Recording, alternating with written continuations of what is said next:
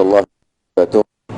الحمد لله رب العالمين والصلاة والسلام على أشرف الأنبياء والمرسلين وعلى آله وصحبه أجمعين. اللهم صل على محمد الفاتح لما أغلق والخاتم لما سبق ناصر الحق بالحق والهادي إلى صراطك المستقيم وعلى آله حق قدره ومقداره العظيم. Alhamdulillah, pertamanya syukur kita kepada Allah Subhanahu wa taala. Insya-Allah kita akan mengambil keberkatan dengan membaca sedikit selawat ke Rasulullah sallallahu. Jadi kebiasaan adat kita kat sini kita baca Diaul Lami' yang telah dikarang oleh Sayyid Habib Omar, yang di mana begitu masyhur maulid ni dibacakan. Mungkin ada yang kali pertama datang maulid. Zaman dulu-dulu kita dah ada maulid berzanji, kita dah maulid dibai. Orang dulu panggil bahasa lain dia marhaban. Jadi yang masyhur, kita pun tahu section 20 punya surau ni memang selalu buat majlis, masya-Allah, tabarakallah.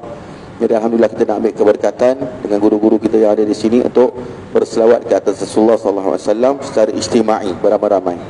Insya-Allah saya tak akan baca maulid nanti makan masa yang lambat sebab kita nak dengar daripada ustaz berkenaan dengan Isra wal Mi'raj. Jadi insya-Allah kita mengambil keberkatan tersebut dengan berselawat, dan ini sebab kabulan doa. Kebiasaannya apabila kita duduk dalam majlis-majlis seperti ini, di alam ini ada zikir, ada selawat, maka para malaikat akan memayungi majlis-majlis seperti ini dan akan hantar report ke Allah Subhanahu wa taala, ada di kalangan para hamba-Mu wahai Allah sedang memohon kepadamu.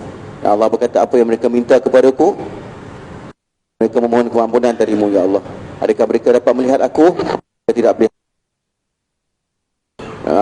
Allah bertanya, kabarkanlah kepada mereka bahawa aku mengampunkan akan dosa-dosa mereka. InsyaAllah. Jadi kita harapkan kita ni, kemuncak majlis kita ni, kita akhir kita keluar daripada majlis hari ini, Allah ampunkan dosa kita. Amin Allahumma amin. Itu lebih besar. Sebab bulan yang sebaik-baik kita beristighfar adalah bulan Rajab. Membanyakkan istighfar. InsyaAllah hadirkan niat-niat yang baik. Dalam maulid hadir niatkan baik, sebab kita akan baca sedikit kasidah iftitah ni ataupun bacaan ini terkandungnya himpunan selawat dan doa. Kita mohon kepada Allah kebaikan dan segalanya, insya-Allah. Sebelum kita mulakan majlis, saya memohon kepada Ustaz Syahid atau Samuti untuk iftitah dengan roti al-Fatihah. Bertafadhal mashkurah.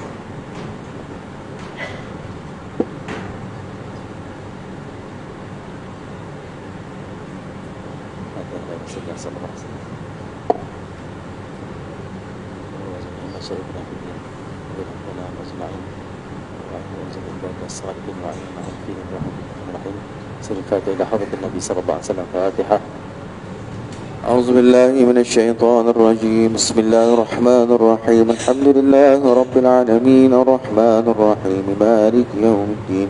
إياك نعبد وإياك نستعين. اهدنا الصراط المستقيم صراط الذين أنعمت عليهم غير المغضوب عليهم ولا الضالين.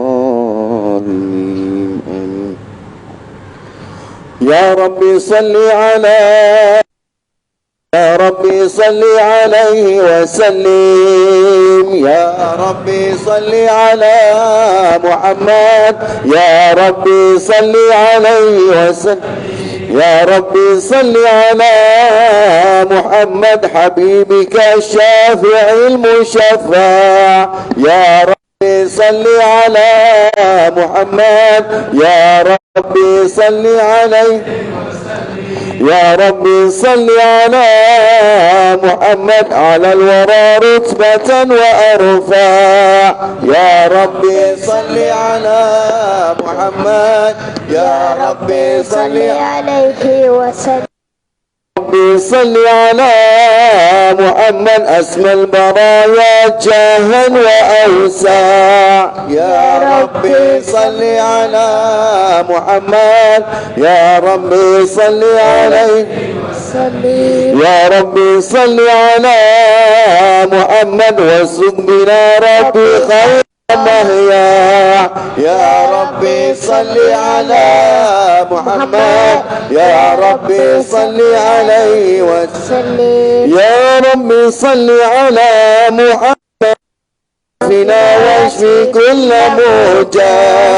يا ربي صل على محمد يا ربي صل عليه وسلم يا ربي صل على محمد وأسله القلب واعف وانفع يا ربي صل على محمد يا ربي صل عليه وسلم يا ربي صل على محمد وفي المعادي واصرفه ورد يا ربي صل على محمد يا ربي صل عليه وسلم يا ربي صل على محمد نحل في حسنك الممنع يا ربي صل على محمد يا ربي صل عليه وسلم يا ربي صل على محمد رب ارضى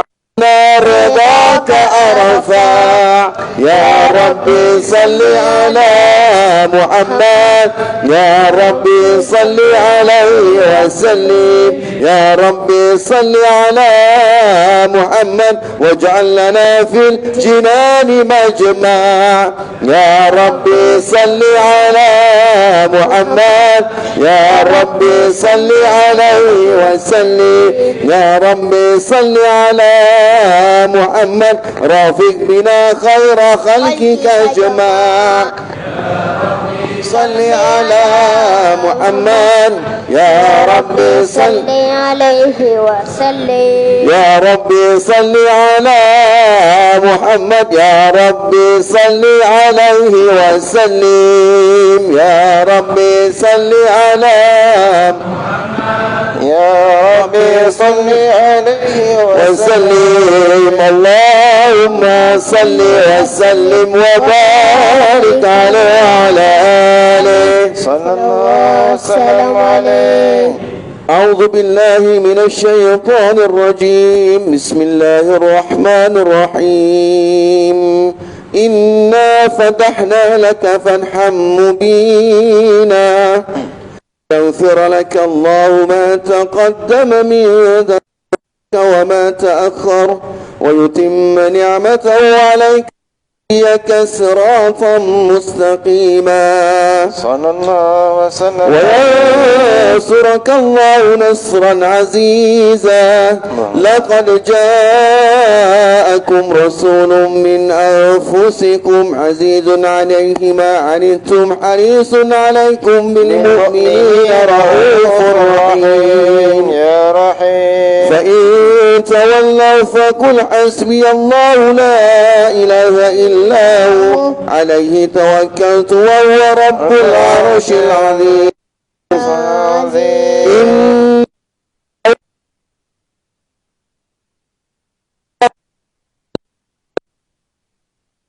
يا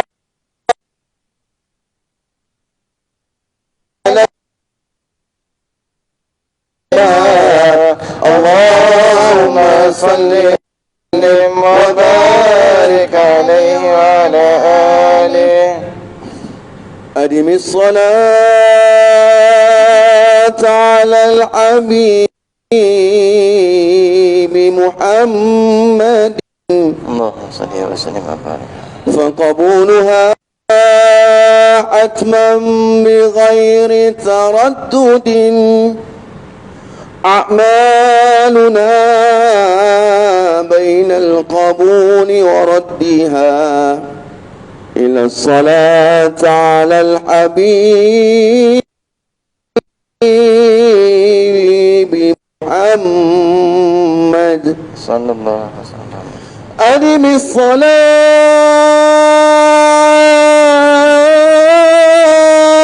على الحبيب محمد فقبولها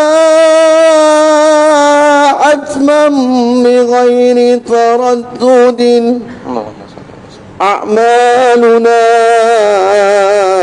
بين القبول وردها إلا الصلاة على النبي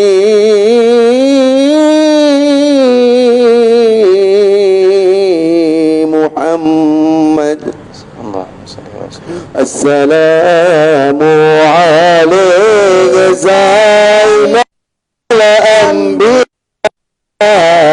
السلام عليك أثقال أتقياء السلام عليك زين الأنبياء السلام عليك أثقال أتقياء السلام عليك أحمد يا حبيبي السلام عليك طه يا طبيبي السلام عليك أحمد يا حبيبي السلام عليك طه يا طبيبي السلام على المشفع في القيامة السلام عليك السلام عليك يا رب الله يا نبي يا نبي لك شفاعة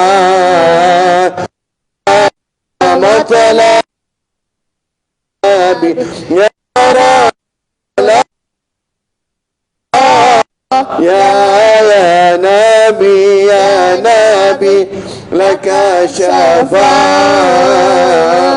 وهذا مطلبي يا نبي اللهم صل وسلم وبارك عليه وعلى صلى الله وسلم عليه. Insyaallah saya akan skip.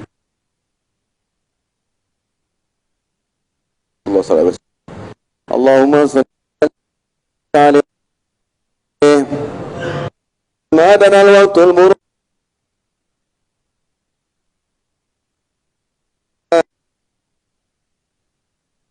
Aminatu bintu Wahb لها على الإله ما كان من والد المختار عبد الله بن عبد المطلب رأى البرهان قد كان يغمر نور طه وجهه وسرى إلى الابن المصون عيانا وهو ابن الهاشم الكريم شمل بن عبد مناف ابن قصي كان والد كانوا تلعب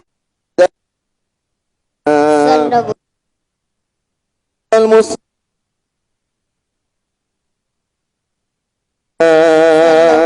فهنا تكف على برفع إلى إسماعيل كان للأب معوانا وحينما حملت به آمنة لم تسكن شيئا يأخذ النسوانا وبها هذا اللطف من رب السماء أقصى الأذى والهم والأحزان ورعت كما قد جاء ما علمت به أن المهيمن شرف الأكوان بكتور ما في بطنها فاستبشرا ودنا المقاض فعثرت رضوانا سبحان الله والحمد لله ولا إله إلا الله إلا الله والله أكبر سبحان الله والحمد لله ولا إله إلا الله والله أكبر سبحان الله ولا إله إلا الله الله ولا قوة بالله العلي العظيم في كل لحظة أبدا عرشه وتجلت الأنوار من كل الجهات فوقت ميلاد المشفع حانا وقبل فجر أبرج الشمس الهدى ظهر الهبيب مكرم صانا صلى الله على محمد صلى الله عليه وسلم صلى الله على محمد صلى الله عليه وسلم يا نبي سلام عليك يا رسول سلام عليك يا حبيب السلام عليك يا رسول الله صلوات الله عليك أبرز الله المشفى صاحب القدر المرافع فملا نور النواحي برسول الله عما كل الكون أجمع يا نبي سلام عليك يا رسول سلام عليك الله يا حبيب سلام عليك يا رسول الله صلوات الله عليك نكسان أصنام مشركين وبنا شركين تصدع ودنا وقد الهداية برسول الله وحيمان كفر تزعزع يا نبي سلام عليك يا رسول سلام عليك الله يا حبيب سلام عليك يا رسول الله صلوات الله عليك مرحبا أهلا وسهلا بك يا ذا القدر الأرفع يا إمام الرسالة برسول الله من به الآفات مرحبا يا مرحبا يا نور العين مرحبا الحسين مرحبا مرحبا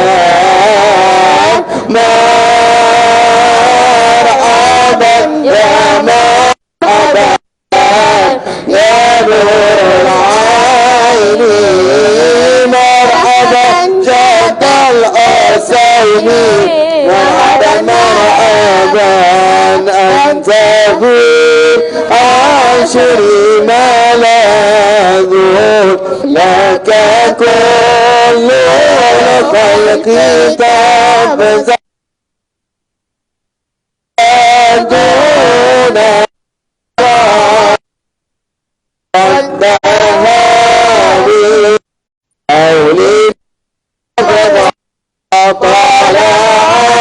البدر علينا من ثاني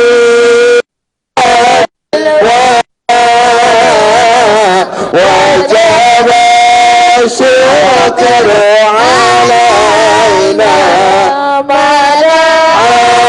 لله وبك رحمتنا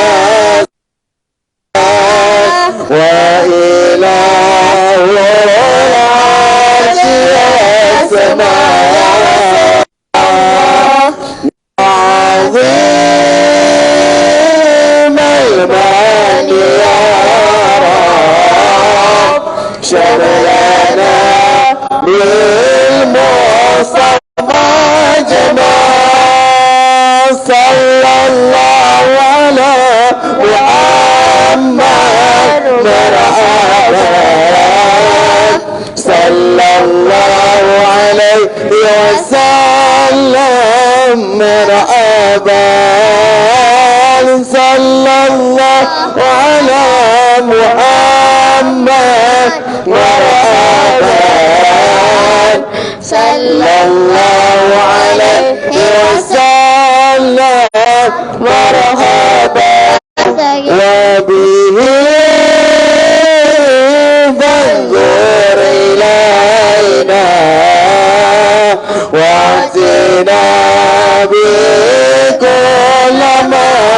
النقمة وكفينا كل البلايا ودفاع الآفات ورفع صلى الله على محمد مرحبا صلى الله عليه وسلم مرحبا صلى الله على محمد مرحبا صلى الله عليه وسلم مرحبا واسقنا يا رب اغثنا يا الله بها يا الله يا أما يا الله ربي فاغفر لي ذنوبي يا الله ببركات الهادي مشفع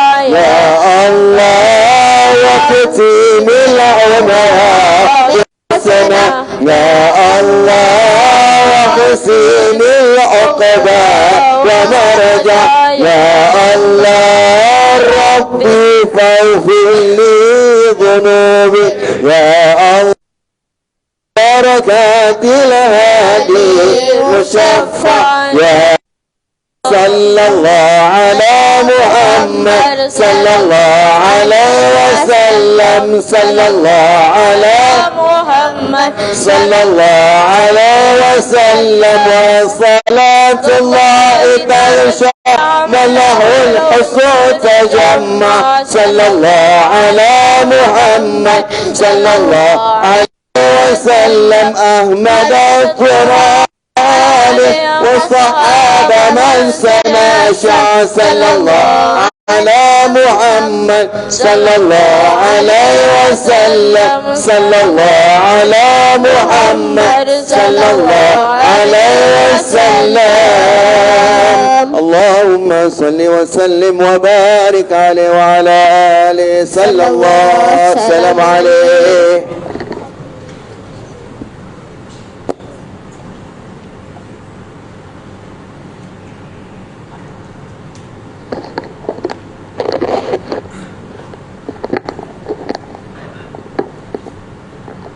Alhamdulillah, kita baru saja selesai membaca Maulid Nabi Muhammad sallallahu alaihi wasallam sebagai tanda kita ta'zim kepada Rasulullah sallallahu alaihi wasallam. Wa man yu'azzim sya'airallah min taqwal qulub. Dan Al-Quran bermaksud apabila kita mengagungkan, menta'zimkan sya'airallah, yakni tanda-tanda kebesarannya Allah, itu adalah sebahagian daripada tanda-tanda ketakwaan hati. Apa itu syiarnya Allah? Sebahagiannya ada salah satu yang terbesar syiarnya Allah adalah Rasulullah sallallahu alaihi wasallam. Kita berbangga dipilih menjadi umat Muhammad sallallahu alaihi wasallam. Satu hari ketika Rasulullah berada di Madinah, Rasulullah sering teringat kepada batu yang memberikan salam kepada Rasulullah sallallahu alaihi wasallam di Makkah. Rasulullah kata, aku teringat dekat batu yang selalu bagi salam dekat aku. Dan pada waktu yang sama, kita teringat akan kisah-kisah yang masyhur tentang suatu pohon tamar yang menangis. Dan laungan tangisan pohon tamar tadi menarik perhatian Rasulullah hingga Rasulullah menawarkan hidup bersama Rasulullah di syurga. Jika kita perhatikan dua kisah ini, batu dan juga pohon tamar tadi, asbabnya apa? Kerana apa Rasulullah dengar? Kerana suara mereka. Kerana suara batu tadi yang memberi salam. Kerana pohon tamar tadi yang menangis berasa berjauhan dengan Nabi. Jadi apabila kita mempunyai ruang dan peluang untuk kita berselawat, laungkanlah selawat sekuat sepenuh hati kita dengan penuh keikhlasan. Kerana moga-moga Rasulullah mendengar selawat kita ini. Dan wahai ayah-ayah, anak-anak, salah sebahagian daripada cara kita untuk berbakti kepada kedua ibu dan bapa kita adalah kita memperbanyak selawat ke atas Rasulullah sallallahu alaihi wasallam. Kerana apabila kita berselawat, nama kita akan disebutkan dan sekali dengan nama ayah kita. Disebutkan nama ahli keluarga kita kepada Rasulullah, akan yang menyampaikan salam itu tadi adalah si fulan bin si fulan. Maka ini adalah sebahagian. Maka dijawab juga salam Rasulullah itu kepada kita, disebutkan juga nama ayah kita. Kita mengintroduksikan atau dan juga ayah kita, mengenalkan ayah kita kepada Rasulullah. Ini sebahagian daripada kata guru kami Habib Omar bin Muhammad Salim Hafiz, salah satu daripada cara untuk kita berbakti kepada kedua ibu dan bapa kita. Maka perbanyakkanlah selawat, gunakanlah ruang dan peluang, ada masa untuk kita berselawat, gunakanlah. Mungkin asbab suara kita tadi Rasulullah mendengar, dan moga-moga dengan asbab suara kita tadi Rasulullah kenal kita di akhirat kelak. Amin, Allahumma amin. InsyaAllah saya tak nak panjangkan kalam saya. InsyaAllah waktu sesi hari Ustaz Syahir dan Ustaz Mukti, jadi majlis mau persilakan. Falyatafaddal mashkur. Alhamdulillah Rabbil Alamin, wassalatu wassalamu ala qasimil amin Sayyidina Muhammadin wa ala subhanaka la ilma lana illa ma 'allamtana innaka antal alimul hakim. La hawla wa la quwwata illa billahil aliyyil azim. Wa ishrah li sadri wa yassir li amri.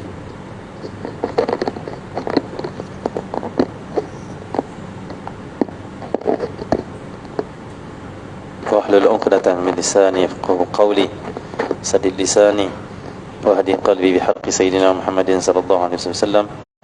Allahumma salli wa sallim wa barik ala sayyidina Muhammad al-fatih lima uliqa al-khatim lima sabaq nasiril haqqi bil haqq wal hadi ila siratikal mustaqim sallallahu alaihi wa ala alihi wa sahbihi haqqa qadrihi miqdaril azim.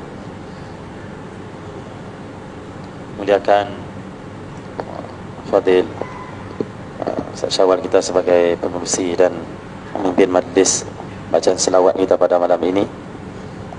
Bahagia dan dikasihi guru kita yang mulia, masya-Allah, Fadil Ustaz Syahir hafizahullah taala wa ra'ah, barisan aliyatan kuasa surah An-Nur section 20 Shah Alam, khususnya muslimin dan muslimat dirahmati oleh Allah Subhanahu wa taala.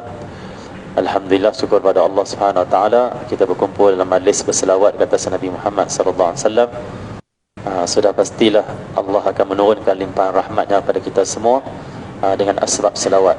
Allah akan mengangkat segala bala, segala musibah, segala kesulitan insya-Allah dengan berkat berselawat ke atas Nabi Muhammad sallallahu alaihi wasallam. Ditambah pula majlis kita ini majlis di dalam bulan Rajab, termasuk min arba'atin hurum, minha arba'atun hurum, termasuk daripada 4 bulan yang diharamkan, bulan yang dimuliakan, bulan yang terhormat, yang digandakan pahala oleh Allah Subhanahu wa taala. Dan alhamdulillah, syukur pada Allah Subhanahu wa taala dengan hadirnya kita ke majlis seperti ini.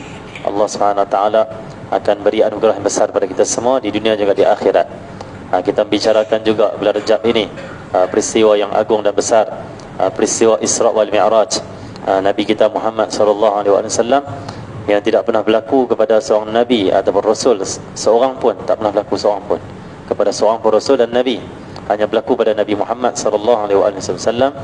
Layaklah kerana Nabi kita Muhammad sallallahu alaihi wasallam adalah nabi teragung, rasul termulia, kekasih Allah yang paling utama, dan sayyidul anbiya wal mursalin, penghulu bagi para anbiya Rasul Nabi Muhammad sallallahu alaihi wasallam.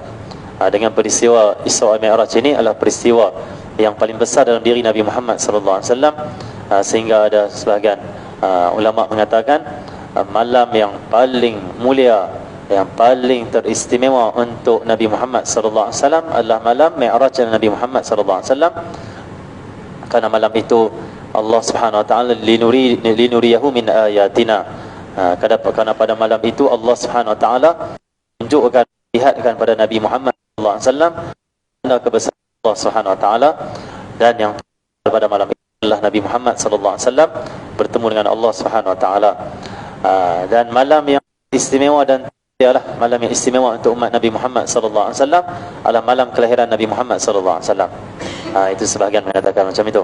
Alhamdulillah, syukur pada Allah Subhanahu wa taala, dengan peristiwa Isra wal Mi'raj ini kita semua mendapat nikmat dan kemuliaan daripada Allah Subhanahu wa taala. Jadi bermula dengan Isra Nabi Muhammad sallallahu alaihi wasallam secara ringkas, sebab saya tak boleh lama lah, sebab ada orang alim, ada ayat terbatal tayamum. Itu kata-kata selalu kita dengar. Saya ni debu pun bukan, lebih bawah dari debu. Okay. Masya-Allah. Jadi kita akan dengar daripada Ustaz Syahir, kerana Ustaz Syahir lebih layak untuk bercakap. Kenapa? Dia dah Isra dah. Isra-nya dia pergi ke Baitul Maqdis dah, dan Masjidil Haram dia pergi dah dua-dua. Saya baru duduk nak mula Isra baru. Saya baru pergi ke Masjidil Haram buat umrah. Saya tak pergi lagi ke Masjid Al-Aqsa Yang Isra' dah Ustaz Syahir. Masjid Haram Nabi, Masjid Aqsa Nabi. Isra'. Dari minal Masjidil Harami ila Masjidil Aqsa, masya-Allah. Jadi Mi'raj, lepas ni Mi'raj pula insya-Allah. Jadi Allah Subhanahu Muhammad. Jadi Ustaz Syahir lebih faham suasana Isra' itu kerana di Baitul Maqdis juga berlaku beberapa peristiwa sebelum Mi'raj Nabi Muhammad sallallahu alaihi wasallam. Jadi kita akan ambil faedah insya-Allah banyak daripada Ustaz Syahir kita insya-Allah. Jadi sebelum berlakunya Isra' ini ada sebab kata ulama. Antara sebabnya adalah kesedihan hati Nabi Muhammad sallallahu alaihi wasallam selepas kewafatan dua orang yang kuat membela Nabi sallallahu alaihi wasallam. Yang pertama adalah Abu Talib. Abu Talib wafat ketika mana tahun ke-10 Hijrah, ke-10 kenabian Nabi sallallahu alaihi wasallam. Dan saat itu Nabi sallallahu alaihi wasallam umur lebih kurang 49 tahun. Wafat Abu Talib. Dan lepas 3 hari lepas itu pula Sayyidah Khadijah, itu isteri Nabi Muhammad sallallahu alaihi wasallam, yang Nabi pernah sebut tidak ada yang lebih aku cinta daripada kalangan isteri ni lebih daripada Khadijah. Khadijah paling dicintai oleh Nabi Muhammad sallallahu alaihi wasallam, kerana dialah yang menerima Nabi Muhammad, kenabian Nabi Muhammad, beriman kepada Allah Subhanahu wa taala, dan dialah yang membela dan berkhidmat untuk Nabi Muhammad sallallahu alaihi wasallam. Waktu saat Nabi ditolak oleh orang ramai, tak dipercayai oleh orang, Khadijah percaya dan juga menerima Nabi sallallahu alaihi wasallam. Maka isteri yang istimewa di sisi Nabi Muhammad sallallahu alaihi wasallam. Jadi wafat dua orang yang Nabi kasih, yang membela Nabi sallallahu alaihi wasallam, wafat pula dekat-dekat pula, lebih kurang 3 hari saja. Masya-Allah, ini satu ujian Allah yang besar pada Nabi sallallahu alaihi wasallam. Itulah Nabi sebut yang paling dahsyat menerima ujian Allah Subhanahu wa taala al-anbiya. Al-anbiya, para nabi lah yang paling berat sekali ujian daripada Allah Subhanahu wa taala. Itu menunjukkan Allah kasih dan cinta kepada mereka. Dan musibah bagi para anbiya, mereka menerima musibah bukanlah dalam keadaan dengan stres, tapi dalam keadaan mereka itu sentiasa bermunajat dan juga menyerahkan diri kepada Allah Subhanahu wa taala. Nak azan dulu azan dulu. Azan dulu. Terus. Okey, terus ya. Allah Subhanahu. Jadi asbab kesedihan ini sehingga dinamakan tahun itu tahun kesedihan. Sebahagian ulama kita mengatakan dinamakan tahun kesedihan bukanlah disebabkan kesedihan Nabi atas hari wafat ini. Nabi memang sedih hari kewafatan tu. Nabi sedih dengan berpisah dengan Abu Talib dan juga Khadijah, sedih itu. Tapi yang lebih kesedihan Nabi Muhammad sehingga dinamakan tahun kesedihan, Allah dakwah itu mula tersekat, mula problem dalam dakwah Nabi SAW. Kerana apa? Dua orang pembela Nabi Muhammad sallallahu alaihi wasallam yang menjadi asbab mudahnya dakwah Nabi Muhammad sallallahu alaihi wasallam telah wafat. Maka ada sebagian mengatakan macam itulah tahun kesedihan. Masya-Allah. Jadi Allah Subhanahu Muhammad lebih lagi selepas itu pula berlakunya peristiwa pada Nabi Muhammad sallallahu alaihi wasallam pula, bila disekat, diasak dan juga diserang, diganggu dakwah Nabi sallallahu alaihi wasallam di Mekah, sehinggalah Nabi sallallahu alaihi wasallam buat perancangan untuk hijrah. Rombongan pertama para sahabat hijrah ke Habsyah. Hijrah ke Habsyah. Dan Nabi Muhammad sallallahu alaihi wasallam cuba mencari satu tempat untuk berdakwah kepada Allah Subhanahu wa taala. Di antaranya yang pernah kita dengar dalam sirah adalah Nabi sallallahu alaihi wasallam ke Taif, dan dengan problem dalam dipanggil apa yang berlaku di Mekah ini, Nabi pergi ke Taif. Rupanya di sana pula berlaku juga satu ujian daripada Allah Subhanahu wa taala, iaitu penolakan pembesar-pembesar Taif dan juga penduduk Taif kepada Nabi Muhammad sallallahu alaihi wasallam. Nabi pergi nak berdakwah kepada orang Taif, Nabi jumpa pembesar Taif, dia tolak dakwah Nabi sallallahu alaihi wasallam. Kemudian mereka suruh orang duduk di tepi-tepi jalan. Waktu Nabi sallallahu alaihi wasallam nak keluar daripada bumi Taif, dibaling batu. Nabi dibaling batu, pakai baling batu pada Nabi sallallahu alaihi wasallam. Kanak-kanaknya, semualah peringkat usianya, mereka baling batu pada Nabi sallallahu alaihi wasallam. Sedangkan yang depa baling batu ni datang nak selamatkan depa, yang memiliki syafaatul uzma. Jadi Allah Subhanahu Muhammad, saya tak mau cerita tentang Taif tu, ringkas saja.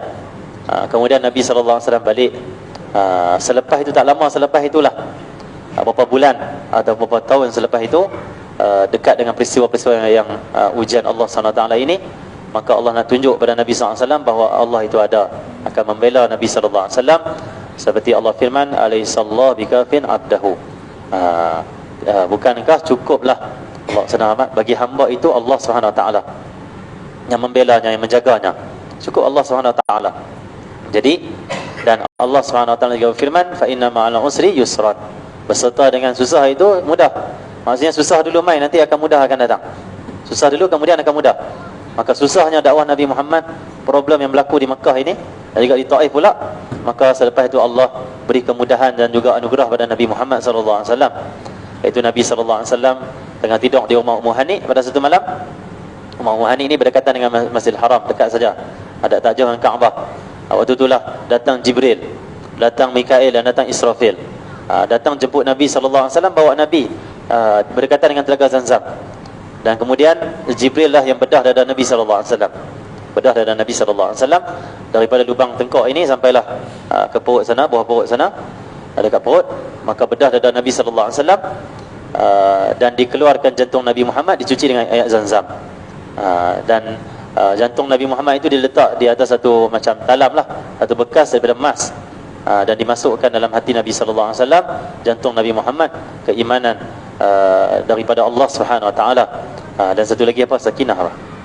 Ilmu, iman dan juga hikmah. Ilmu, iman dan hikmah. Maka ringkas cerita, didatangi kepada Rasulullah SAW Burak, satu binatang daripada syurga Allah Subhanahu Wa Taala, yang warna putih.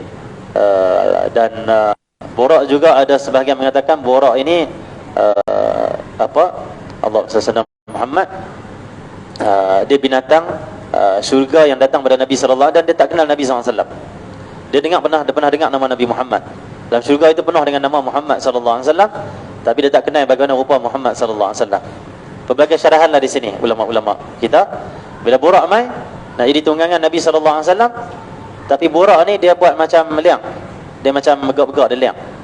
Dia macam tak mau bagi Nabi SAW naik, sedangkan Nabi nak naik. Maka waktu itu Nabi SAW diam. Diam ni akhlak Nabi SAW. Tengok perjalanan kepada Allah SWT, untuk bertemu dengan Allah pada malam Isra Mi'raj. Dia adalah satu ibrah kepada umat Nabi Muhammad, perjalanan hati mereka kepada Allah SWT. Perjalanan Nabi Muhammad SAW dimulakan dengan belah dada, kemudian dimulakan dengan adab dan akhlak yang agung daripada Nabi SAW. Kalau kita nak dekatkan diri kepada Allah, mesti dengan adab, mesti dengan akhlak. Apa akhlak Nabi SAW? Burak buat macam perangai tak mau bagi Nabi naik, buat gerak-gerak, tapi Nabi SAW tak tegur, tak marah. Dan Jibril lah waktu tu yang tegur Burak. Kata Jibril, wahai Burak, kenapa engkau buat macam ni? Tahukah kamu, tahukah engkau, kau tak tahukah ini siapa yang nak naik ni? Ini tidak ada orang lebih baik daripada dia. Ini sebaik-baik manusia ni, ada Muhammad SAW. Maka Burak waktu tu peluh. Peluh ni ada yang mengatakan dia malu pada Nabi SAW. Malu kerana tunjuk akhlak yang kurang bagus. Dia macam jual mahal sikit lah, binatang syurga, Masya Allah. Tapi disebabkan dia kenal dah ni Muhammad, berpeluh. Dan inilah yang dia kasih, inilah yang dia rindui, Nabi Muhammad SAW. Akhlak Nabi Muhammad tak tegur. Jibril, kenapa Nabi tak marah? Kenapa Nabi tak tegur? Yang pertama, Nabi tak tegur sebab yang bawa ni Jibril yang handle. Yang kedua, Nabi tak marah kerana Nabi tak akan menghukum orang yang tak tahu. Ini akhlak Nabi SAW. Kita kadang kawan kita buat benda tak betul, tengok dulu dia tahu ataupun dia tak tahu, dia sengaja ataupun tidak. Kalau dia buat satu benda yang tak betul yang menyebabkan kita marah, tapi dia tak tahu pun itu salah, itu tak betul, caranya macam ni, maka jangan cepat hukum orang. Jangan hukum orang yang tidak tahu. Ini Nabi SAW tunjuk. Jadi maka Nabi SAW naik Burak. Masya Allah, Burak ni satu binatang yang sangat laju, Masya Allah. Mata mandang, sekelip mata saja, Masya Allah, laju sungguh Burak. Dan Nabi SAW berjalan ditemani dengan oleh malaikat Jibril dan Mikailnya. Dan perjalanan Nabi SAW seperti Allah firman, subhanalladzi asra bi'abdihi lailan minal masjidil haram ila al-masjidil aqsa alladzi barakna hawlahu linuriyahu min ayatina innahu huwas samiul basir. Maha suci Allah Subhanahu Wa Taala. Ini perjalanan yang hebat sampai Allah mulakan dengan subhana. Subhana ini ada beberapa syarahan daripada para ulama. Yang pertama, Allah Subhanahu Wa Taala mulakan dengan subhana. Ini satu tasbih nak mensucikan, yang bermaksud maha suci Allah Subhanahu Wa Taala dari menyerupai makhluk. Maha suci Allah Subhanahu Wa Taala daripada memiliki sifat kekurangan. Ini dah awal dah subhana dah menunjukkan dalam peristiwa Isra Mi'raj ini tidak boleh kita memahami bahawasanya Tuhan itu menyerupai makhluk. Maha suci Allah SWT, dan maha suci Allah daripada lemah. Allah mampu memperjalankan hambanya. Hambanya mungkin tak boleh nak berjalan sampai macam tu, tapi maha suci Allah, maha kuat dan maha agung Allah SWT, dia mampu memperjalankan hambanya. Yang luar biasa yang manusia tu tak boleh nak buat macam perjalanan macam tu. Sebab tu Allah firman, maha suci Allah SWT. Ada ulama yang mengatakan dimulai dengan subhana nak menunjukkan peristiwa yang berlaku ni hebat. Karena kebiasaan kita sebut subhanallah bila kita lihat satu peristiwa yang menakjubkan. Kita tengok apa yang berlaku lah, subhanallah. Kita tengok, contoh kita tengok kat awan tu menyerupai bentuk kalimah Allah ke, kita rasa macam satu benda yang menakjubkan, subhanallah. Ini satu kalimah bila kita melihat peristiwa yang menakjubkan. Maka sebab tu dimulakan dengan subhana, kerana peristiwa yang berlaku ni sangat menakjubkan, sangat hebat, Masya Allah. Jadi subhana. Ada mengatakan Allah mulakan dengan subhana juga adalah kerana Allah SWT nak menyatakan Muhammad ini pergi dengan jasad dan roh, bukan dalam mimpi. Kalau mimpi tak perlu datang subhana. Kalau dalam mimpi tak menakjubkan. Dia macam mimpi kan, mimpi boleh berlaku apa saja, roh boleh nampak apa saja. Tapi subhana nak menunjukkan Nabi itu betul-betul hamba Allah, iaitu Rasul sallallahu alaihi wasallam ini pergi dengan roh dan jasad. Inilah hebat. Mana boleh jasad dan roh ini duduk atas langit yang tak ada oksigen. Kita mana boleh hidup manusia, tapi boleh hidup Nabi sallallahu alaihi wasallam. Tak sesak nafas Nabi sallallahu alaihi wasallam. Itulah menunjukkan subhana, maha suci Allah Subhanahu wa taala. Tak ada oksigen, manusia tak boleh hidup. Tapi oksigen Allah nak tunjuk hanya sebab saja. Yang menghidupkan manusia adalah Allah Subhanahu wa taala yang maha agung. Jadi subhanallah. Jadi dan juga nak menunjukkan subhana juga ada yang mengatakan, ulama mengatakan Allah nak menafikan dia panggil apa? Kutukan orang musyrikin yang mengatakan Muhammad ni tipu. Tak mungkin Muhammad boleh pergi macam tu. Subhana ni nak tunjuk kata nak menafikan apa dia panggil apa? Tuduhan mereka kata Muhammad tak boleh buat macam tu. Allah Subhanahu wa taala perjalankan hamba-Nya. Subhanalladzi asra bi 'abdihi. Maha suci itu Allah Subhanahu wa taala yang perjalankan hamba-Nya. Hamba-Nya masya-Allah. Tengok Nabi sallallahu alaihi wasallam burak buat dia panggil apa? Sikap macam tu Nabi tenang saja. Inilah hamba Allah Subhanahu wa taala. Sifat kehambaan kepada Allah Subhanahu wa taala. Itu Nabi Muhammad sallallahu alaihi wasallam masya-Allah. Subhanalladzi asra bi 'abdihi. Hamba-Nya lailan. Asra ni dah berjalan malam dah, maksud berjalan malam dah. Asra maksudnya berjalan malam. Tapi datang lagi lailan, nak menunjukkan betul sungguh peristiwa ini di waktu malam, dan bahkan bukan sepanjang malam, sebahagian daripada malam tu. Bahkan ada sebahagian yang menyebut Nabi sallallahu alaihi wasallam tengah tidur di rumah Muhani, dah panas dah tempat tidur Nabi sallallahu alaihi wasallam.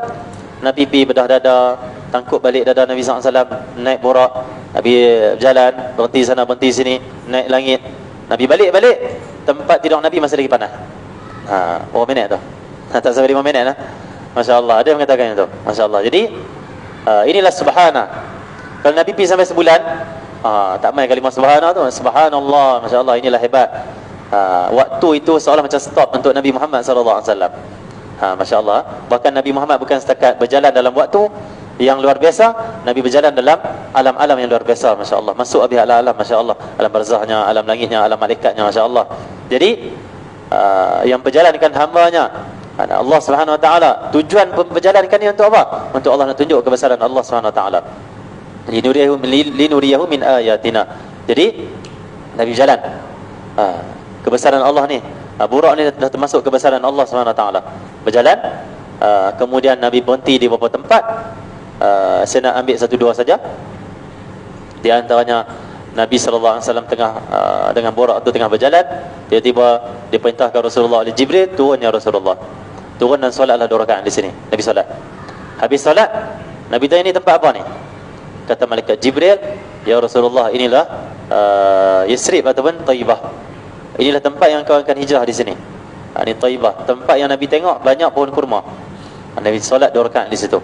Jalan lagi, Allah Sallallahu Muhammad, Nabi berhenti di situ tempat.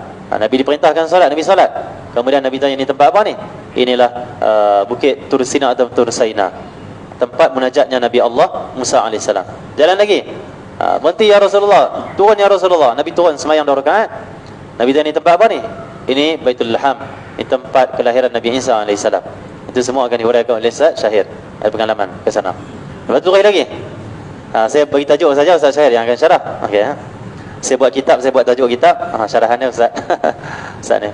Jalan lagi. Nabi bau, Masya Allah, wangi ya. Banyak tempat lah Nabi dalam perjalanan ni, Nabi bau wangi. Dan Nabi tanya, wangi ni kubur siapa ni wangi ni? Kata malaikat Jibril, inilah kubur Masyitah dan anak dia. Ditanam sekali satu kubur. Masyitah ni dia tukang sikat anak Firaun. Tukang sikat-sikat rambut. Dia beriman dengan Firaun dan diam. Dia beriman dengan Musa, dia diam. Dia beriman dengan Nabi Musa, dia diam. Beriman dengan Allah SWT. Dengan sikat rambut, sikat terjatuh. Dia sebut bismillah. Dengan nama Allah SWT. Bukan nama Firaun, nama Allah. Anak Firaun kata, hai Masyitah, adakah engkau dah tak beriman dengan bapa aku? Ini Tuhan mana pula ni, Allah ni? Kata Masyitah, wahai anak Firaun, Tuhan aku dan Tuhan ayah kamu adalah Allah SWT. Hebat dia lawan satu pemimpin yang hebat. Kuasa besar dia lawan. Dia seorang-seorang dia saja. Masya Allah lawan. Ini orang yang teguh keimanan pada Allah SWT, yang tidak takut selain Allah SWT. Tak takut selain Allah. Maka kata anak Firaun, aku akan beritahu pada ayah aku. Silakan beritahu. Tak takut dia tak tahu. Diam. Kita buat kira lah. Ambillah RM5. Sengat-sengat rasuah. InsyaAllah. Ada. Bila Firaun panggil Masyitah, betulkah engkau tak beriman dengan aku? Engkau tak percaya aku Tuhan? Ada Tuhan selain aku? Syah kata, ya, Tuhan Allah SWT. Allah Tuhan aku dan Tuhan kamu. Masya Allah, akhirnya diugut Masyitah untuk keluar pada agama Nabi Musa AS. Dia tak mau. Dan akhirnya diseksa Masyitah, dihukum Masyitah dengan satu seksaan ayak yang mendidih. Periuk ke apa tak tahu dia buat, Allah ayak mendidih, dididihkan ayak. Bila ayak mendidih, nak dipanggil Masyitah, diperintahkan untuk terjun dalam ayak tu. Dan waktu tu Masyitah ada seorang anak baby yang masih menyusu. Waktu mana Masyitah nak terjun dalam ayak yang mendidih, waktu tu dia terfikir anak sedang menyusu. Waktu inilah anak dia bercakap. Anak dia kata, wahai ibu, engkau dah di jalan benar. Azab di dunia ni tak ada apa. Kenikmatan di dunia dan di akhirat, kenikmatan di akhirat janjikan oleh Allah SWT. Engkau di jalan benar wahai ibu, jangan ragu. Maka terjunlah Masyitah dengan anak ada baby dia dalam ayak yang mendidih. Dan sebelum terjun, Masyitah buat permintaan. Masyitah kata, wahai Firaun, boleh tak nanti tulang-tulang aku dan anak aku tanam satu kubur? Tanam. Jangan buanglah, tanam maksudnya. Firaun kata, aku kan tunaikan permintaan dia. Jadi maka Nabi SAW malam Isra Mi'raj, Nabi ziarah ke kubur Masyitah, dan kuburnya berwangi, Masya Allah. Menunjukkan apa? Betapa mulianya orang, maksudnya wanita yang pertahankan keimanan di depan pemimpin zalim, di depan kuasa yang zalim. Disebabkan dia mempertahankan keimanan dengan luar biasa, nak duduk di atas jalan kebenaran, setia dengan seorang Rasul iaitu Nabi Musa, dan tinggalkan kekafiran, Allah muliakan dia. Nabi Muhammad tengok kubur dia, Nabi Muhammad singgah kubur dia, Masya Allah. Dan kubur dia berwangi dan tercium oleh Nabi Muhammad SAW. Ini kehebatan orang yang berjihad jalan Allah, orang yang teguh di jalan Allah SWT. Jadi dalam peristiwa Isra' ini Nabi jumpa macam-macam, Masya Allah. Pelbagai yang Nabi jumpa. Dan saya tak cerita Masjid Al-Aqsa. Masjid Al-Aqsa nanti Ustaz Syahir yang mulakan dengan Masjid Al-Aqsa lah, lepas tu Mi'raj lah, lepas tu sampai langit ke berapa Ustaz saya nak cerita, wallahualam lah. Okay. Di Isra' Mi'raj ni sebagai Tok Guru ni cerita sampai sebulan. Waktu kita ngaji pondok dulu, tunggu jadi fa'i, baca kitab Kifayatul Muhtaj, kitab Asy-Syaikh Fatani tu. Dia baca daripada 1 Rejab sampailah 30 Rejab khatam. 30 hari itu kami dengar Isra' Mi'raj saja. Itu mengenang tak habis. Maka peristiwa Isra' Mi'raj tak sempat kalau nak diceritakan 5 minit, 1 jam, 3 jam, 30 hari pun tak cukup sebenarnya.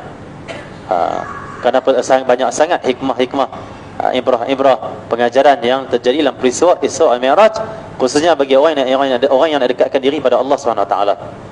Jadi Allah SWT mudah-mudahan Allah SWT peristiwa Isra' ini menjadi intibar untuk kita mendekatkan diri pada Allah. Tengok Nabi Muhammad nak bertemu dengan Allah, dan kita ini nak bersihkan hati, nak dekat diri dengan Allah. Tengok kita kena apa? Kita kena mulakan dengan bersihkan jiwa kita. Kemudian kita kena pergi ke tempat-tempat yang baik-baik. Masjid Nabi Taibah, Nabi berhenti dekat ke tempat kelahiran Nabi Isa. Ini menunjukkan tempat-tempat yang mulia ni. Nabi pergi ke tempat bukit Tursaina. Ini menunjukkan orang yang nak dekatkan diri dengan Allah mestilah pergi ke tempat yang baik. Jangan pergi tempat yang tak baik. Tempat yang baik apa? Masjid lah. Masjid, surau, Masya Allah. Majlis ilmu, kena pergi tempat tu. Khususnya tempat-tempat yang ada kaitan dengan para anbiya dan juga orang soleh. Bukan takat Nabi pergi tempat Nabi-Nabi. Contoh Tursaina, Nabi berkaitan dengan Nabi Musa. Baitul Laham berkaitan dengan Nabi, iaitu Nabi Isa, kelahiran. Nabi juga pergi tempat yang bukan Rasul dan Nabi. Siapa? Masyaallah. Maka perlunya para anbiya, kita ikut mereka. Kita pergi ke tempat-tempat sejarah mereka. Kita hayati kehidupan mereka, sirah mereka, untuk mendekatkan diri kepada Allah. Dan juga untuk kita bersama para wali Allah, para salihin, duduk dalam majlis mereka, pergi ke tempat-tempat mereka. Tempat-tempat itu tempat-tempat dia panggil pondok mereka ke, majlis mereka ke. Ini perjalanan kepada Allah Subhanahu Wa Taala. Mudah-mudahan Allah Subhanahu Wa Taala menerima kita semua, dan mudah-mudahan seperti mana peristiwa Isra Mi'raj ini berlaku, mudah-mudahan menjadi satu ibrah dan juga kebaikan untuk kita semua umat Nabi Muhammad sallallahu alaihi wasallam. Khususnya untuk kita menerima anugerah Allah yang besar malam itu adalah solat. Dan kita menjaga solat di awal waktu sebolehnya secara berjemaah. Mudah-mudahan bukan sekat solat cukup rukun, dan untuk sahkan solat kita menghayati pula rahsia solat, hakikat solat, sehingga solat kita menjadikan waktu mendekatkan diri pada Allah Subhanahu Wa Taala, penyejuk mata hati kita, dan menjadi satu kebahagiaan, ketenangan dalam hidup kita. Solat, mudah-mudahan, amin rabbal alamin. InsyaAllah kita dengar pada Ustaz Syahir. Begitulah tajuk yang saya cerita, bukan isi atau tajuk saja. Ustaz Syahir lah yang akan bahaskan semuanya, kerana dia orang Tok Guru, orang alim, kita ni anak murid saja. Dan saya pun baru sampai daripada Kedah, tolak 2.30 tadi daripada Kedah, sampai sini 7.30. Terus masuk majlis. Jadi kita ambil barakah dengar daripada Syekh kita, Tok Guru kita, insyaAllah.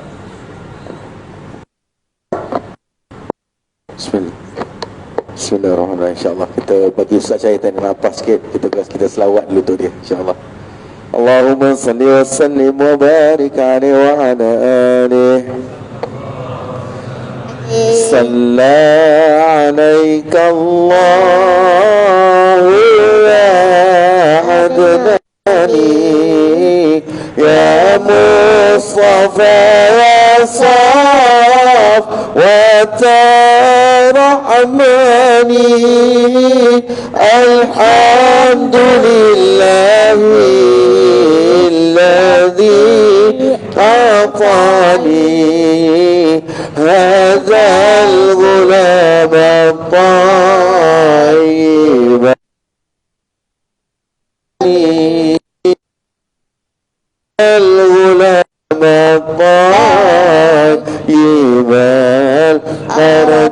الأردني. صلى عليك الله يا عدناني يا مصطفى يا صاب وترحمني.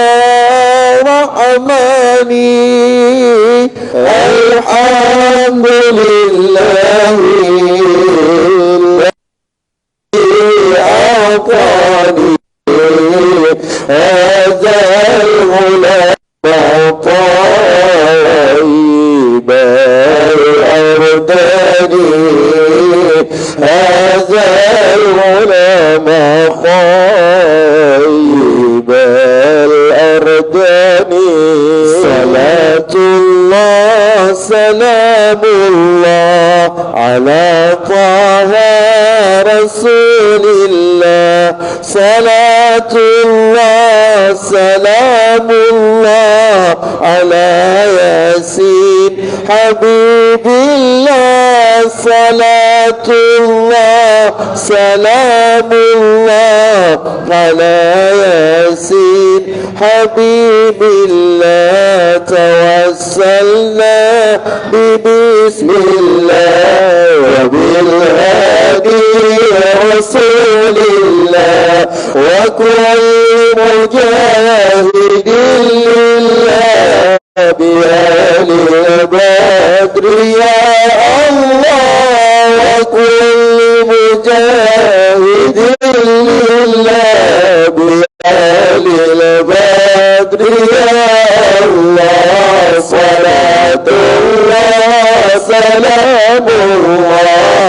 على طه رسول الله صلاة الله سلام الله على ياسين حبيب الله صلاة الله سلام الله على ياسين حبيب الله اللهم صل وسلم وبارك عليه وعلى آله.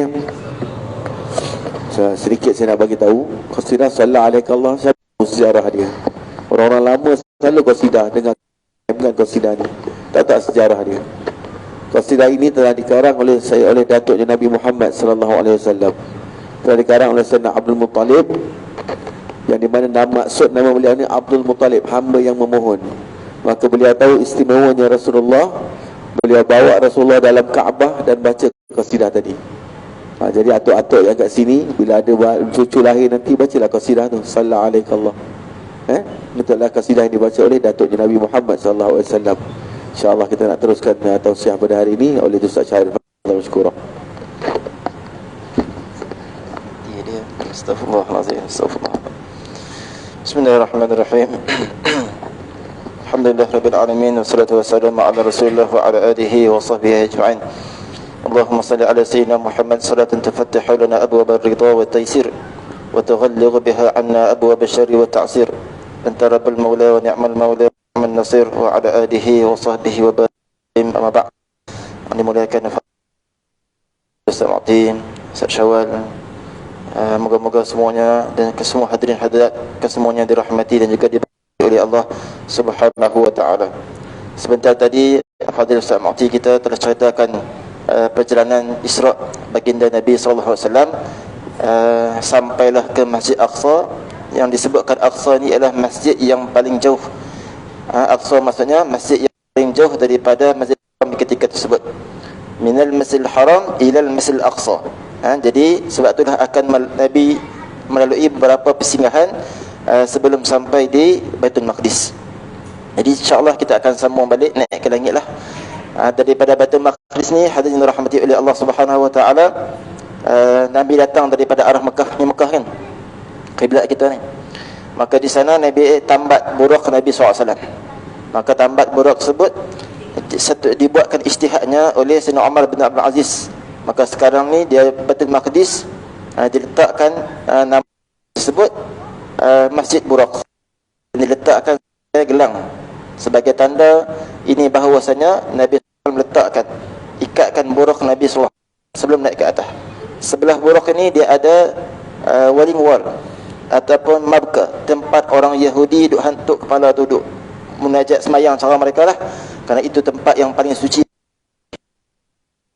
Cerita pengalaman macam Nabi SAW oleh orang-orang Quraisy berkaitan dengan Nabi SAW tentang Masjid Al-Aqsa.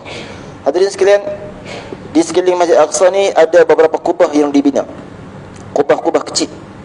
Maka daripada masjid lama Aqsa, Nabi tambat burak, kemudian jalan sampailah Dam Afdarak. Situ semua tu termasuk dalam Aqsa lagi, luas kompleks. Berapa kubah kecil, di antaranya kubah Khidir. Dan Sayyidina Khidir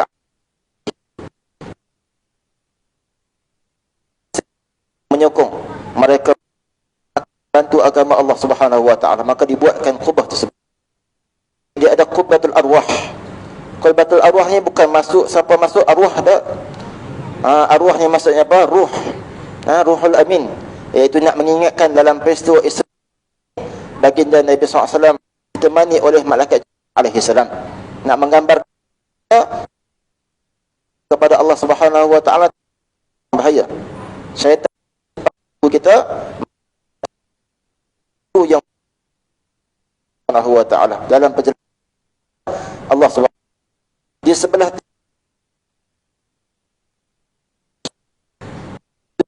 yang mana bagi Nabi di imam kepada seluruh para nabi-nabi seramai 124,000. Maka jemaah tanya, Ustaz, waktu itu cukup orang ni? Ini maksudnya itu kawasan lapang ketika sebut. Maka ditandakan ijtihad bahawasanya itulah tempat baginda Nabi SAW menjadi imam kepada seluruh para nabi-nabi.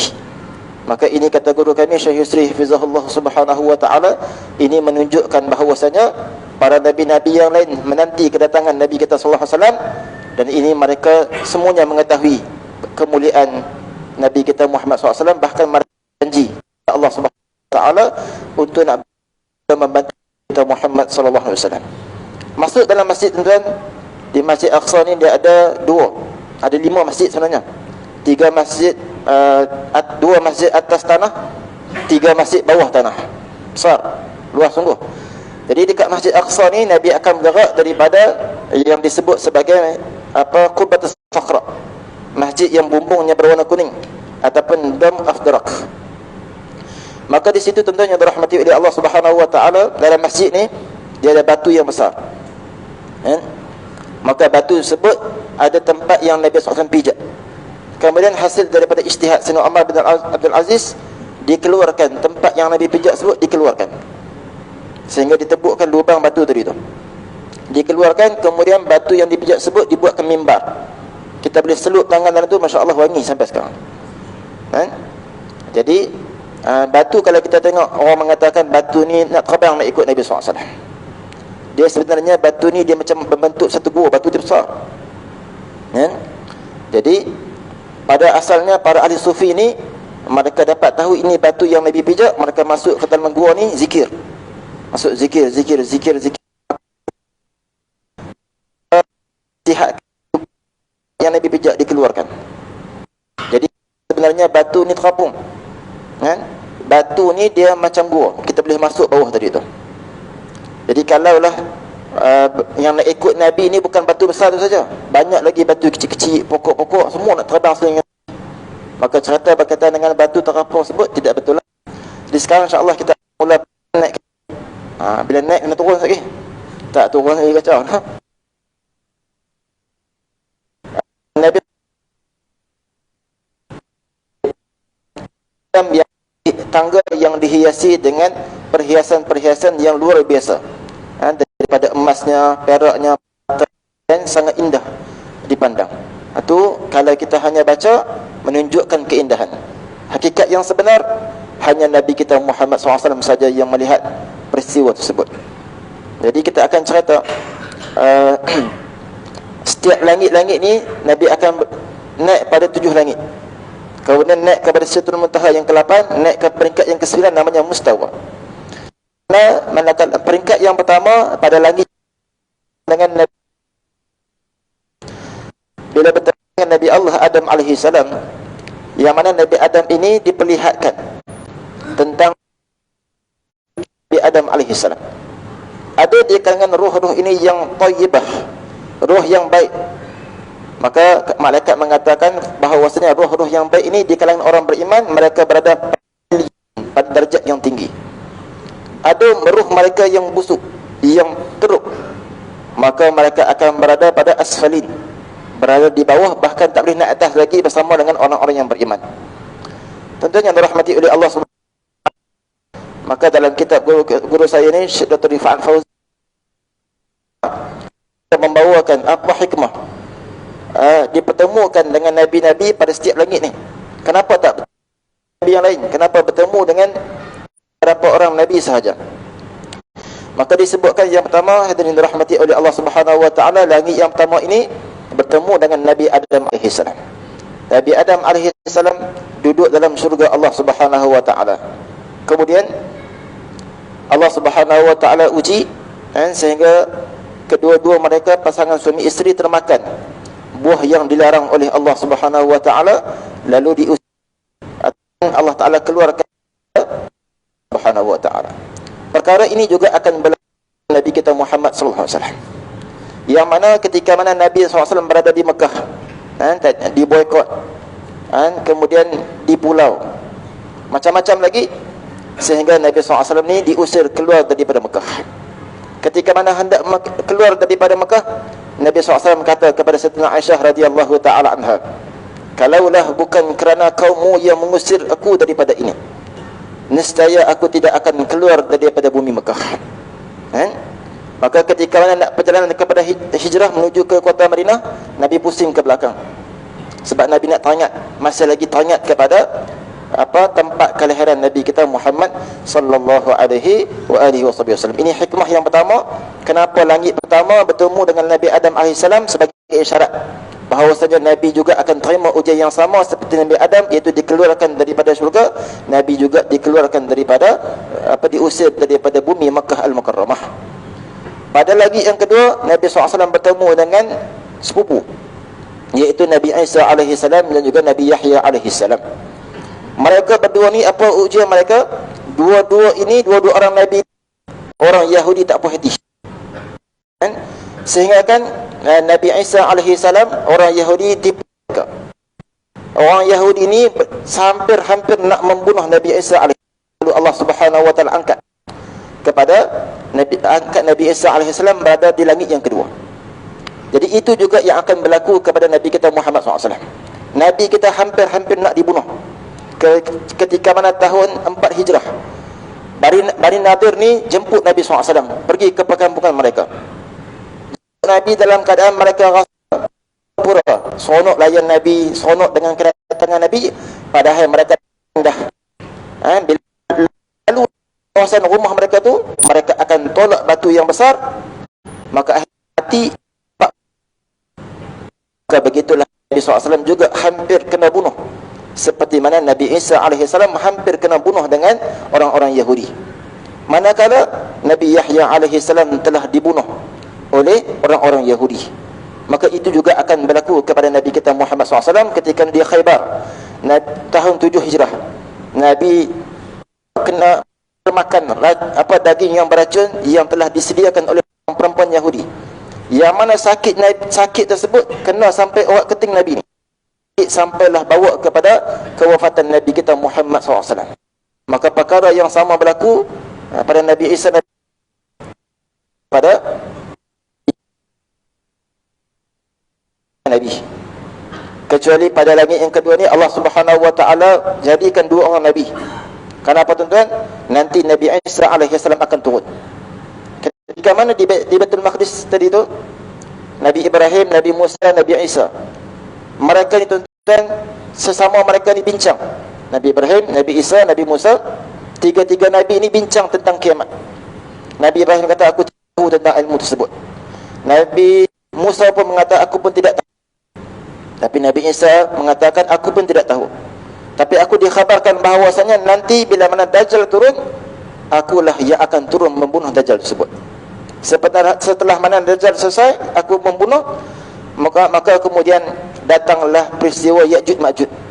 Yang mana Ya'juj Ma'juj ni orang Kedah kata merenyut, banyak sungguh. Bila Nabi Adam sujud saja ada 40,000 Ya'juj Ma'juj. Baru Nabi Adam. Sampai sekarang wallahu alam lagi. Jadi bukan lawan manusia ni. Nabi Isa alaihissalam berdoa kepada Allah Subhanahu wa taala, akhirnya Allah hantar ulat makan. Mati semua. Dan mati semua jadi bangkai. Bumi jadi busuk. Susah pula. Sekali lagi Nabi Isa alaihissalam berdoa kepada Allah Subhanahu wa taala agar diturunkan hujan. Hujan yang lebat sehingga membawa semua bangkai-bangkai Ya'juj Ma'juj masuk ke dalam laut. Kemudian akan pimpin dunia selama 40 tahun secara penuh adil. Yang mana ketika tersebut Nabi cakap tidak ada lagi manusia yang dapat terima zakat sebab semua dah kaya, hasil bumi dah keluar. Dan binatang-binatang buas jadi jinak. Racun-racun bisa-bisa ni tidak ada. Sehingga dikatakan serigala, singa-singa yang lalu biasa aja. Hatta kanak-kanak boleh bermain dengan ular biasa, ular yang bisa. Itu zaman ketika mana Nabi Isa alaihissalam dan juga zaman nanti Imam Mahdi. Luar biasa. Sebab tu Allah kekalkan langit yang kedua ni ada 2 orang Nabi. Langit yang ketiga, Nabi SAW naik kepada langit ketiga, bertemu dengan siapa? Bertemu dengan Nabi Allah Yusuf alaihissalam. Nabi Allah Yusuf ni apa yang berlaku? Abang-abang dia campakkan ke dalam telaga, buat khianat.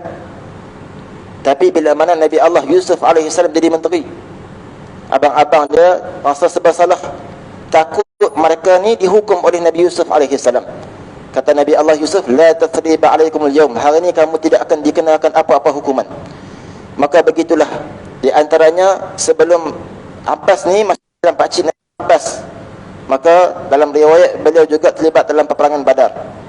Maka ketika mana Nabi berkuasa, Nabi tidak buat balas dendam balik. Yang lebih besar lagi, ketika mana Nabi berkuasa dapat kuasai Mekah. Orang Mekah ni takut, karena mereka lah nak bunuh Nabi, mereka lah nak usir Nabi. Maka Nabi tanya kepada mereka, apa sangka kamu yang akan bunuh kamu? Mereka mengatakan, sesungguhnya akhlak baik kamulah yang menghalang kamu melakukan sesuatu. Mengatakan, Nabi kata, la tathriba alaikum, ini kamu semua tidak, idhabu fa antum tulaqa, sekarang semualah kamu dibebaskan. Orang Islam bertolak daripada Madinah tahun 8 Hijrah 10,000 orang. Orang Mekah tengok akhlak Nabi yang luar biasa, 2,000 orang masuk Islam. Jadi Allah rakamkan dalam Quran, idza jaa nasrullahi wal fath wa ra'aitan nas yadkhuluna fi dinillah afwaja. Afwaja maksudnya berbondong-bondong, beribu-ribu, beramai-ramai. Itu pada langit yang ketiga, jumpa dengan Nabi Allah Yusuf alaihi salam. Sampai ke berapa kita ni? Baru langit ketiga, naik lagi. Seterusnya langit naik sampai ke langit yang keempat. Langit yang keempat bertemu dengan Nabi siapa? Nabi Allah Idris alaihi salam. Allah Subhanahu wa taala ceritakan berkenaan dengan Nabi Allah Idris ni, wa kana apa ayat tu? Wa kana Idris. Lupa ayat tu. Yang mana cerita berkaitan dengan tingginya darjat Nabi Idris alaihi salam. Nabi Idris ni disebutkan bahawasanya orang pertama yang menulis dengan pen.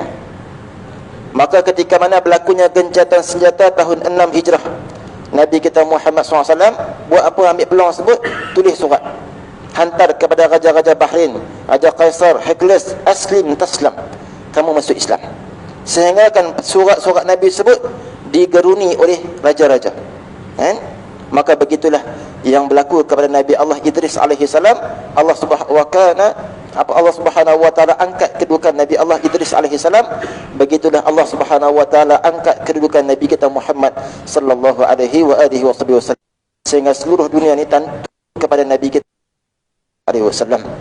Kemudian pada langit yang kelima, Nabi SAW bertemu Nabi sallallahu sebutkan Nabi yang jaga kesatuan. Maka begitulah yang berlaku kepada Nabi kita Muhammad SAW. Nabi cukup jaga kesatuan, tak berlaku pergaduhan ni. Apa-apa yang berlaku, Nabi kata jangan buat perang jahiliah ni, jangan. Sayyidina Abu Zar kutuk Sayyidina Bilal radhiyallahu taala anhu. Nabi kata apa? Inna fika mru'un jahiliyah. Wahai Abu Zar, pada kamu ni ada lagi sifat-sifat jahiliah ni. Nabi tak mau benda-benda kecil je yang mana boleh menyebabkan kesatuan kita ni rosak.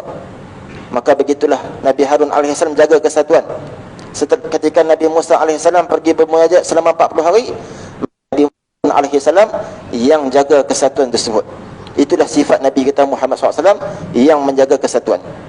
Peperangan Bu'as tahun 5 kenabian antara Aus dan juga Khazraj bergaduh disebabkan ada seorang Yahudi datang, hai Muhajirin, hai Aus, kamu tak ingatkah dulu geng yang Khazraj ni, mereka lah yang duk bunuh siapa ni sikit je. Pergi pula kepada Aus, wahai Aus, kamu tak ingatkah geng Khazraj dululah yang mana mereka ni lah yang bunuh bapa saudara kita, yang bunuh sekian.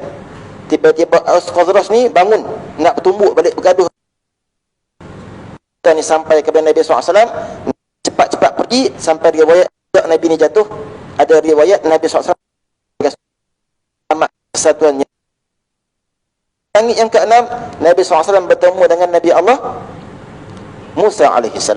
Tuan-tuan, Nabi Musa AS ni tuan-tuan berhadapan dengan kaum Bani Israel. Kaum Bani Israel ni kaum yang bahasa Kedah kata ketegak. Kaum yang backing ni keras. Maka itu juga isyarat kepada Nabi kita Muhammad SAW. Nabi berhadapan dengan kaum yang keras. Itu pada perang Tabuk ni, bulan Rejab berlaku perang Tabuk. Kan Ustaz Syed Putra tu cerita dekat sini. Berlawan dengan siapa? Lawan dengan Rom. Kemudian ada lagi peperangan yang berlaku dengan Daun Mata Jandal.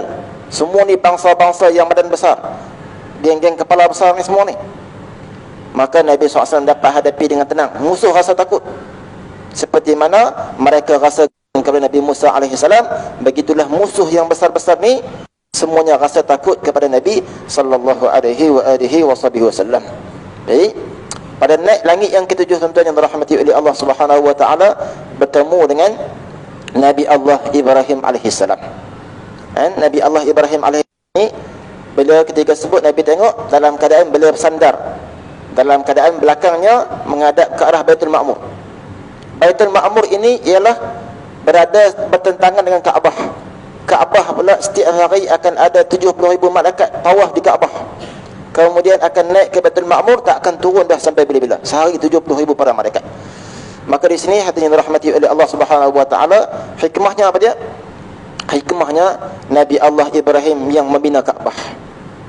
Maka begitulah berkaitan dengan Nabi SAW ni tawan kembali Kaabah, akan tawaf biasa. Sungguh hijrah Islam yang dirahmati. Sampai tajuk ni tuan-tuan, Ibrahim ni tunggu lama dah Nabi kita Muhammad SAW, sampai Nabi berpesan kepada Nabi SAW, aqri ummatuka minni salam. Nabi Ibrahim sampaikan salam kepada kita. Tuan-tuan jawab salam ni Nabi Allah Ibrahim. Kita jawab salam lah. Waalaikumsalam. Ikut saya. Waalaikumsalam ya Nabi Allah Ibrahim alaihi salam. Waalaikumsalam ya Khalilullah alaihi salam. Jadi sampai tajuk ni Syekh Mu'in Al-Qaddumi, beliau akan sebut Nabi Ibrahim telah kirim salam kepada kita, jadi kita pakat-pakat jawab salam. Ini alhamdulillah hikmah cerita bahasa Islam Mi'raj ni, dapat jawab salam daripada Nabi Allah Ibrahim AS. Nabi Allah Ibrahim pesan kepada kita ni, perbanyakkan tanaman-tanaman syurga. Subhanallah walhamdulillah wala ilaha illallah wallahu akbar. Maka termasuklah zikir ni yang kita baca lepas sembahyang, jangan tinggal. Nanti satu tasbih akan tumbuh satu pokok dalam syurga Allah Subhanahu wa taala. Sembahyang sunat sehari semalam 12 rakaat, dapat satu istana syurga Allah Subhanahu wa taala. Tuan-tuan, naik lagi Sidratul Muntaha. Itu habis laju ni. Sidratul Muntaha, tuan-tuan, bila sampai Sidratul Muntaha, malaikat adakah patut seorang kawan tinggalkan kawan dia? Kata Jibril alaihissalam, ila hahuna na'rifu maqamuna. Sampai sini saja kami sudah mengetahui kedudukan kami. Nabi kata, wahai Jibril, berjalanlah sikit lagi. Kata Jibril alaihissalam, la in taqaddamtu lahtaraktu wa in taqaddamta lahtarakta. Wahai Muhammad, kalaulah aku langkah setapak ke hadapan, aku akan terbakar badanku. Wa in taqaddamta lahtarakta. Tapi kalau engkau mampu langkah lagi setapak ke hadapan, engkau luar biasa. Maka itu sampai Sidratul Muntaha yang ke-8. Naik ke atas lagi yang ke-9, namanya Mustawa. Itu tempat yang mana baginda Nabi SAW bermunajat kepada Allah Subhanahu wa taala. Bukan Allah Taala bertempat, tapi Nabi SAW bermunajat kepada Allah Subhanahu wa taala dan diberikan sembahyang 50 waktu, sehingga dikurangkan menjadi 5. Bermaksud kita sembahyang maghrib tadi seakan-akan kita sembahyang 10. Kerana ini umat Nabi Muhammad SAW, satu pahala digandakan 10 oleh Allah Subhanahu wa taala. Allah berikan lagi penutup surah Baqarah, Amanar Rasul, sampailah habis. Nabi kata, apa yang baca cukup bagi dia, cukup rezeki dia, cukup diselamatkan segala cukup. Apa Allahumma salli ala sayyidina Muhammad, kemudian turun. Ini habis dah. Ini turun dah ni. Sallallahu. Bila turun, tuan-tuan yang dirahmati Subhanahu wa taala, ketika sebut bila turun, dengar asap berkepul-kepul dan dengar bunyi yang menakutkan. Jibril tanya, Nabi tanya, wahai Jibril, apakah ini? Inilah suara-suara syaitan yang mana mereka datang kumpul tutup langit supaya manusia ini tak dapat melihat keajaiban ilahi. Kalau mereka dapat melihat keajaiban ilahi, iman Subhanahu wa taala, maka kami tutup supaya mereka dapat melihat keajaiban yang dirahmati Subhanahu wa taala. Lagi Surah Awal Mi'raj berlaku pada hari Isnin. Bila balik, Abu Jahal bertemu dengan Nabi SAW dekat dengan subuh. Hal khabar, ada cerita ke? Kata Nabi SAW, na'am, ya. Usriya bih, aku dibawa Isra' pada malam semalam ila Baitul Maqdis. Betul? Semalam aku dibawa oleh Allah Subhanahu wa taala ke Baitul Maqdis. kata apa? Sekarang Nabi Abu Jahal kata apa?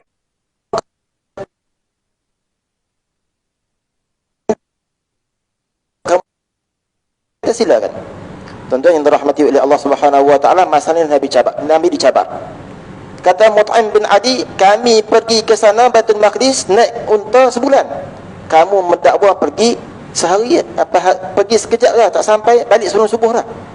Kalau macam tu tuan-tuan, kalau macam tu wahai Muhammad, cerita kepada kami macam mana Baitul Maqdis, berapa pintu? Subhanallah, pintu kat sah berapa? Kata Nabi SAW, hatta susahnya gambar kepada Nabi SAW. Jadi masa di Baitul Maqdis Abdul ni diceritakan kepada kita, contoh macam ni lah. Segi hadis tak disebutkan lah, tapi segi maklumat yang boleh kita sampaikan, di Baitul Maqdis dibuatkan ukiran. Contohnya apa tuan-tuan? Tingkat-tingkat ke atas tu ada 52 tingkat. Nak menggambarkan dalam setahun ada 52 minggu dalam setahun. Di tingkat sebut pula ada dilukis kubah-kubah kecil sebanyak 24 kubah. Nak menggambarkan 24 jam hendaklah sentiasa taat kepada Allah Subhanahu wa taala. Di setiap tiang-tiang ini ada nak menggambarkan 3 masjid utama milik orang Islam. Masjidil Haram, Masjid Nabawi, Masjid Aqsa, jangan tinggal. Kemudian pintu Masjid Aqsa pula ada 4. 1 2 3 4. Itu pintu dia. Maka mereka tanya Nabi tentang pintu.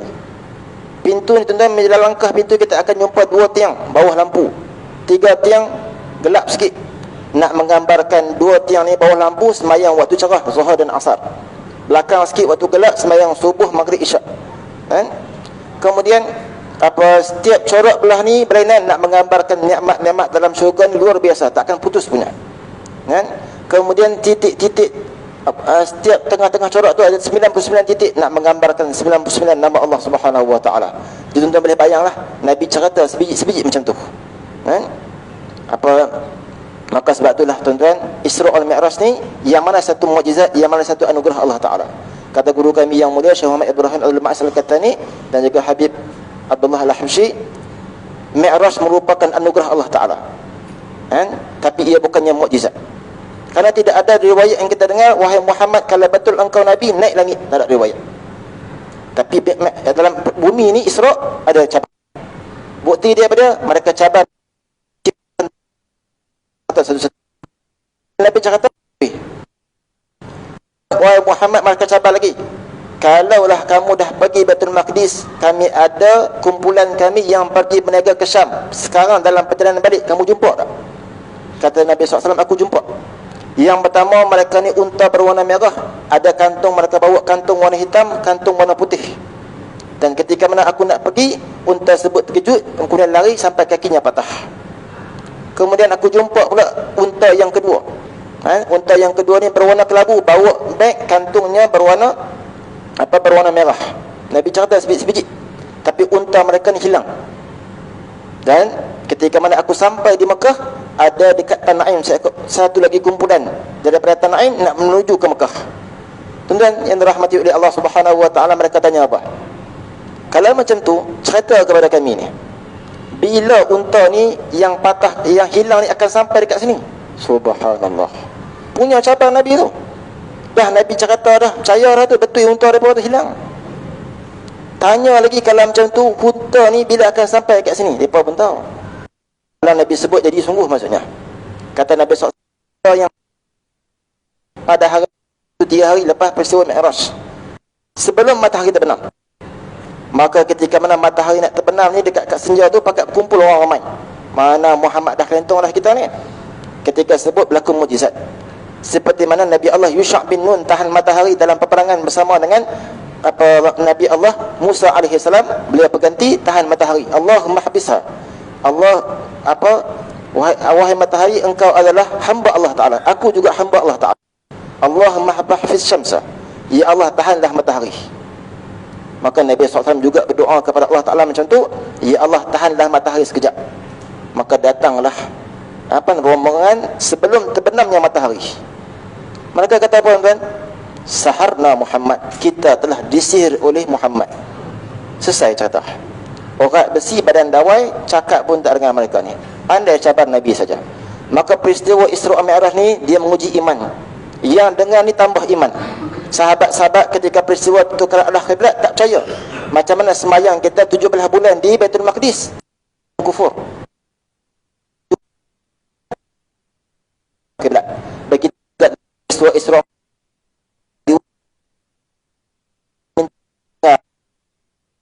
seperti yang bawa Allah.